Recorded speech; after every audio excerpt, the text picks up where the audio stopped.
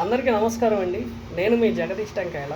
పిఠాపురంలో మళ్ళా పవన్ కళ్యాణ్ గారిని రిగ్రెట్ చేసే పద్ధతి స్టార్ట్ అయింది.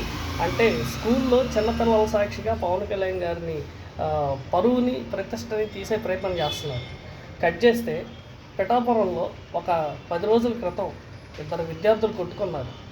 ఆ సంఘటనని వీళ్ళు కొంతమంది కుల సంఘటనగా చిత్రీకరించి ఆ చిన్నపిల్లల్ని ప్రిన్సిపల్ కులం పేరుతో దూషించారని చెప్పేసి వాళ్ళ పేరెంట్స్ తోటి ఒత్తిడి చేయించి మరీ చెప్పించారు.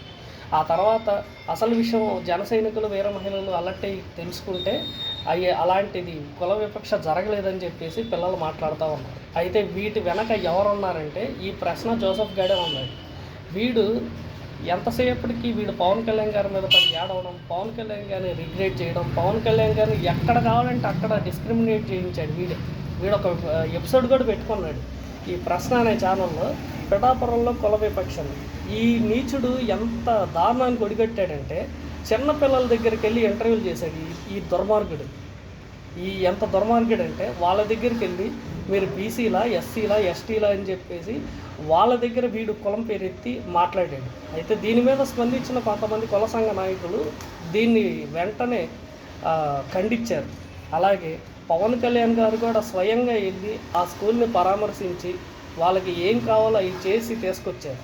అస్తమానం పిఠాపురం నియోజకవర్గం చుట్టూనే రాజకీయాలు చేసి పవన్ కళ్యాణ్ గారిని బద్నాం చేసి ఎలాగైనా సరే పవన్ కళ్యాణ్ గారిని 2029లో పిఠాపురం అసెంబ్లీ నుంచి ఓడగొట్టాలని ప్రత్యర్థులు కుట్రలు చేస్తున్నారు. అలాగే కొంతమంది ఇంటర్నల్గా కూడా అతనికి సంబంధించిన ఎవరో ఇలాంటి ప్లాన్స్ని స్ప్రెడ్ చేస్తున్నట్టు మేము అనుకుంటున్నాము. ఇంకా కన్ఫర్మేషన్ అయితే లేదు.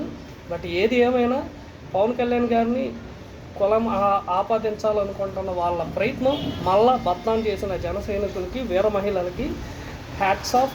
ఇలాంటి చిన్న పిల్లల్ని అడ్డం పెట్టుకొని రాజకీయాలు చేయడం అనేది వీళ్ళు నమ్ముకున్న సిద్ధాంతాలకి కొత్త కాదు. గతంలోనే వీళ్ళ ప్రభుత్వంలో చిన్నపిల్లల్ని అడ్డం పెట్టుకొని పవన్ కళ్యాణ్ గారి భార్యల్ని విమర్శించిన తీరు ఏదైతే ఉందో ఇది చాలా చండాలం.